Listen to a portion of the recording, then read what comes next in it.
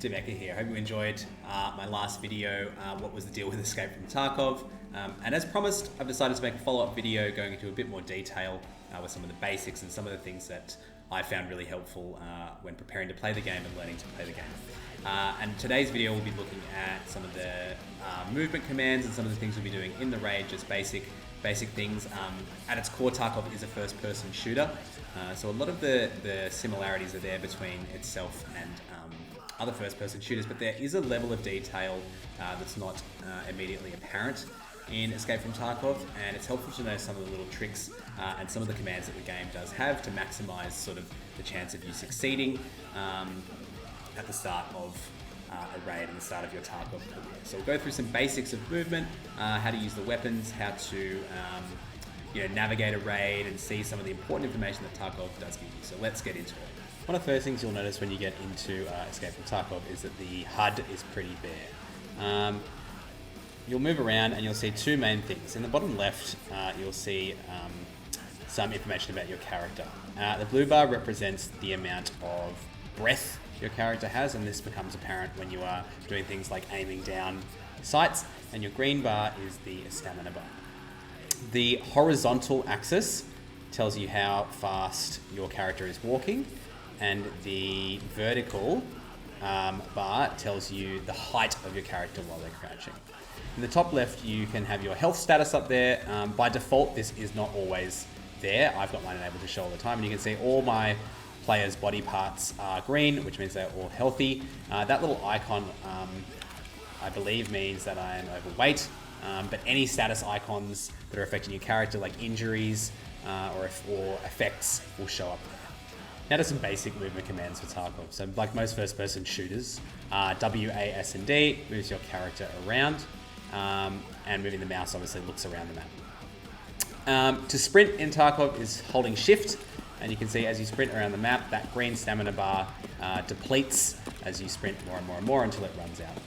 In order to crouch, you press C to crouch behind an object. And something interesting to note with crouching, obviously you can still move around, but you can hold down C, and you can scroll your mouse wheel up and down to change or alter the height of the crouch, which can be pretty handy in certain firefights.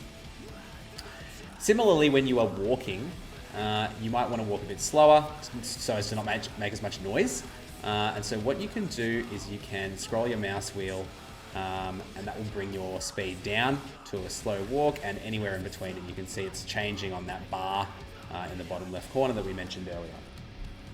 If you're walking, you want to come to a very slow stop without scrolling your wheel, you can press caps lock, and your character will automatically go to the slowest walking speed. And then if you want to bring it back up to the fastest walking speed, you can hit caps lock again. Jump is spacebar, and as you can see, jumping uses some of that stamina from the green bar as well. Leaning is a huge part of Tarkov, and interestingly in patch 12.12 they've changed a lot of the movement with a feature called inertia, which is quite complex, but the best way I can describe it is that it seems like things are a bit slower to stop people from sort of exploiting the game's mechanics. So simply put, behind an object you can press E to lean to the right, Q to lean to the left. Now you can also do a side step out by holding Alt and pressing E, or holding Alt and pressing Q. And the side step is a bigger peak, which you might need for certain firefights, and it feels a bit smoother sometimes.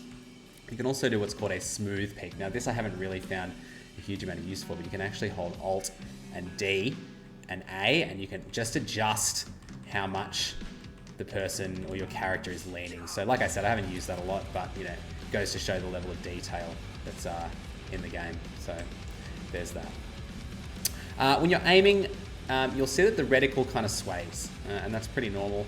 And you'll see that also the blue bar, or it's not air, but it's like a stamina bar for holding your gun down the sight, is draining. And you can hold Alt to steady the reticle. So I guess it's similar to holding breath in other first-person shooters. To go prone, you press X, and you can see the status of your character changes, and that's pretty simple. There's not much you can do while you're down here. This is one of the biggest things I learned in Tarkov. There is a feature called free look, and this is generally bound to middle mouse button, I think, but you can change it to whatever you want. You can hold this button down, and you can actually swivel your head, about 90 degrees or a bit more as you're moving, and it makes it really handy as you're crossing dangerous areas, just to be able to keep on your path, but also just look ahead and look to the side to see what's there. And I recommend you get used to using this feature because it can save your life. Like if you're running across here, you might just see something out of the corner of your eye and it can allow you to adjust more quickly than actually turning your entire character to face that area. And the last thing is to access your inventory. You simply press tab and you can see from the previous video, all of these menus are here and you'll be spending quite a lot of time here. Now to some basics of weapon handling in Tarkov. So just like any first-person shooter, you click the left mouse button to shoot the gun. Pretty simple. To aim down the sight of your gun, you're gonna click the right mouse button, and you don't need to hold it down like with some other first-person shooters. By default, you just hit it once to get into it and once to get out of it. You can change that if you're used to playing, other shooters like Warzone where you hold it down. But since Tarkov is so slow sometimes, it actually makes a bit of sense to have that, so you're not constantly having your right mouse button clicked down. Once you've shot some shots, you press R to reload the weapon, and here's where you get a bit more, I guess, specificity with Tarkov. So that's a regular reload. The magazine's come out of the gun and gone into your player's rig. You can double tap R to perform an emergency or a speed reload. So you'll see it's a little bit faster. It's a few milliseconds faster than your average reload, and what you'll notice is that the magazine does not actually go back into the rig. Your character drops it on the ground, and it can be pretty handy in firefights where you need to reload quickly, someone's rushing around a corner. The only thing to note is that you'll probably want to pick that up if you happen to survive the firefight or the engagement. So just something to note there as well. Now, with your optics is where Tarkov can become quite interesting. And when you're starting out, you'd usually just have like iron sights, and so pressing right mouse button is all you need to really do. But you'll notice that on this gun, and as you progress through the game, you get some really cool optics and the ability to switch between different ones. So you'll see, firstly, I'm zooming in with this vortex optic, and a lot of these scopes have a toggle magnification on them, and you can actually change that by holding Alt and right-clicking. You'll see that I've gone into my sort of zoomed-in mode there, and as long as I've got Alt down, I can toggle between the two, depending on what engagement I'm coming up to. I can also change out of ADS, so I know for now that I'm at my least magnified point. And if I'm walking around, in a raid and I see someone and I want to know that I've zoomed in, but without actually having to ADS or stop moving, you can hold Alt and right click, and you'll see that the scope twitches a little bit. Sometimes on different scopes, there's like a tell that it's moved, and the next time I zoom in, it will be at its highest magnification point. So it's just good to know you don't always have to ADS to actually change the magnification. You'll also notice there's actually like a small red dot sight on top of this.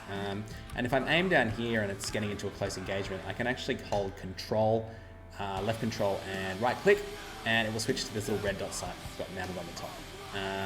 And you can do that to toggle between the different sights. Now, not all optics have the ability to have this sort of dual sight, but it's good to know if you do pick up a weapon that has this, that you can do that. Again, if I know now that I'm on my red dot sight and I'm walking around a raid and I see someone far away, I can hold Control and right click, and the gun will toggle, like move just a little bit, and then I'll know that I'm now on my vortex optic. So you can change them while you're moving around as well. There's no real tell with that one to know. You've just got to kind of remember what you're on and trust that you press the keys correctly. Changing weapons in Tarkov is pretty simple. V brings out your melee weapon, and there's a bunch of different ones. 1 is your sidearm or pistol. 2 was the weapon that we just had, and then 3 is, if you bring another weapon in, that'll be that weapon, or if you find a weapon off a scav or a player, that'll be that last weapon there. And one final thing is changing fire rates. So you can see at the moment in the bottom right, I've just pressed B, and that's shown that the gun is now on single fire. I can press B again to toggle the fire rate to full auto. One thing to note is some guns and some SMGs in particular have a third fire rate, like a burst fire rate, but that's how you change the fire rate as well. There are some more specific weapon commands you can use in Tarkov, and it's probably worth mentioning them just so you know that they do exist for if and when the time comes. Along with the mega optic that this gun has on it. There's also a tactical device mounted on the front of the gun, and in this case it's like a laser designator, and to toggle this on and off you can press T. So you can say press T and the laser appears, press T again and the laser turns off. And there are a variety of tac devices, but the most commonly used ones are like lasers, and also flashlights as well are really handy at nighttime and also on dark maps. What you'll note with the HUD, and I'm sure you've already realized it, is that you don't have an ammo counter like with most first-person shooters. There's nothing to show you what amount of ammo is left in your gun. And so after you've taken a few shots, you might want to know how much ammo you've got. So you can hold left Alt and press T, and you'll see it takes the magazine out, and in the bottom right it says less than half. All right, I shoot a few more shots, almost empty. So it updates, at certain, markers. And you can see here, completely empty. So it's good to know after a firefight. You can just use that little command Alt and T to check how many rounds you've got left. Now it won't give you an exact number early on. I think if you get a high enough level of a skill, it ends up telling you a number, but for the most part it will just tell you almost full or half full, almost empty, and that sort of thing. Now depending on what gun you're using, and particularly if you're using weapons that you found off scavs where the durability will be quite low, these guns are prone to jamming or having malfunctions. Now, I can't simulate a malfunction on this gun because it's brand new, but if you do get a malfunction, you'll get prompted in the bottom right-hand or left-hand corner of the screen. It'll come up with malfunction. And to fix this, you can hold down left shift and T. And that's the check chamber command. So I can do that now, just check that the bullet's in the chamber. But if you have a malfunction, it will also prompt your character to fix that malfunction. Now, with a gun like this that's brand new, it's highly unlikely that there will be a malfunction. But if you're using something that has really bad durability, particularly something you found off a scav, or you're playing as a scav and trying to shoot a player, these guns are prone to malfunctions. And as of patch 12.12, they've also introduced overheating if you're using a gun and you're continually full autoing with that weapon. To unload the chamber, I don't know why you need to do this, but it's pretty cool. You can press left control and R, and it empties the bullet from the chamber, and you can see that it's landed on the floor there. Pretty handy, it's just nice. It's one of those levels of detail that makes Tarkov quite engrossing. You can hold left Alt and R to detach your magazine, and that's simply just taking the magazine out but not reloading it. Don't know why you use that either, but it's there. L is check and inspect weapon. Again, it's just a bit of a show-off thing, but the weapon modeling in this game is super realistic, and the graphics are beautiful. So you can do that, if you're just in a raid and you've got a really nice piece of kit to see what it's like. Now, grenades, you'll see that on my rig I've taken in a few different types of grenades. And to be able to use this command, you need to have your grenades either in your tactical rig or in your pocket. So if it's in your backpack, it's not going to work. And to prep a grenade, you press G, and the person will pull a grenade out of the rig. Now, I think it's random what grenade gets pulled out. So if you've got a number of them there, it could be any single one. Once you've got it, you can left click to take the pin out, and then you throw it, as you would in any other game. But this has changed as of 12.12 because previously you could just hold G down and it would be one motion of your character grabbing a grenade and throwing it. Here you actually have to prep the grenade by pulling it out and then doing it again with left click. And here's something that's really not important, but something that I think is really handy for players, and I didn't realize it. All of this shrapnel flying around. I didn't realize it for a long time, but let's say you're in a raid for a while and you've gotten into some firefights. So fired this, I'm gonna reload. I've seen another enemy and I've shot them. I wish that was actually the case. And what you'll find is that you'll end up having this collection of magazines with a variety of bullet amounts in them. Now, one thing you can do is actually bring extra bullets in with you in your secure container. Like we mentioned in the last video, anything in the secure container, you won't lose. So what you'll see here is I've got a bunch of magazines now. I've got one empty magazine and two that have this question mark. And what that means is that I don't know how many bullets are in them. Here I know that this one's full, and I know the one in my gun is full. But as you fight more and more, you'll really need to consolidate your ammunition, particularly if you haven't brought that much with you. So the first thing you can do is right-click the magazines with the question mark, and you can press check magazine. This little like wheel will start, and it'll tell me roughly how many bullets are in it, and it's telling me that it's less than half a magazine. And for this one, it's telling me that it is less than half as well, or around half. Now what I can do is I can then take my ammo that I brought with me, just make sure you bring the correct caliber and the ammo that you want, and you can drag it onto the mags, and this will begin like packing the magazine. And it will go all the way until the wheel is done, and then once it's done, you'll see that the magazine is full. And this is a great thing to do when you get a spare second, you know it's quiet, you've killed a few players and you've sort of scuttled off with your loot, and you can just consolidate the ammo that you have. And now I'm sort of back in the game. I've got a full mag in the gun, I've got 3 full magazines ready to go for the next push or the next part of the raid. And finally, we've got some miscellaneous commands that don't fall into any necessary category, but they're pretty important. One of them is the VoIP or push to talk feature. So Battlestate Games released this recently in patch 12.12, and it's the ability to sort of use the in-game voice to kind of yell out at other players. It's based on a radius around your character, and it's directional. And you can bind this to any key that you like. Mine's bound to one of the ones on my mouse. I'm pressing it now, but you can't see it because we're in offline mode. But if I were to be in a game, you'd see an audio icon in the bottom left near your player's HUD with the stamina bar, indicating that you're sort of using the voice feature. You can also voice line with your characters, like some preset phrases and things like that. The Bear has all their voice lines in Russian, and the USEC has them in English. So you can press F1, and I think it just picks a random voice line to do. You can also double tap Y, and this will bring up a pretty extensive menu of things that you can say with your character. Now, I haven't learned all of them, and I don't really use them, but it makes for some fun encounters with people voice lining at each other. Probably more common before VoIP was introduced, but nevertheless pretty fun to have. One of the things you'll use all the time as a beginner is checking the time left in your raid and the extracts that you can get to. So to check how much time is left in a raid, you click O or press O, and you can see in the top right, I've got 29 minutes left in the raid. If I double tap O, it'll give me the time, and it'll also tell me the extracts that I can get to in order to leave the map successfully. Now, there are 5 here, and you can see some of them have question marks next to them and some of them don't. So ZB013 and ZB1011, they have no question marks, and that means that they can be accessed at any time in the raid. They are always going to be there. There's no funny business with those extracts.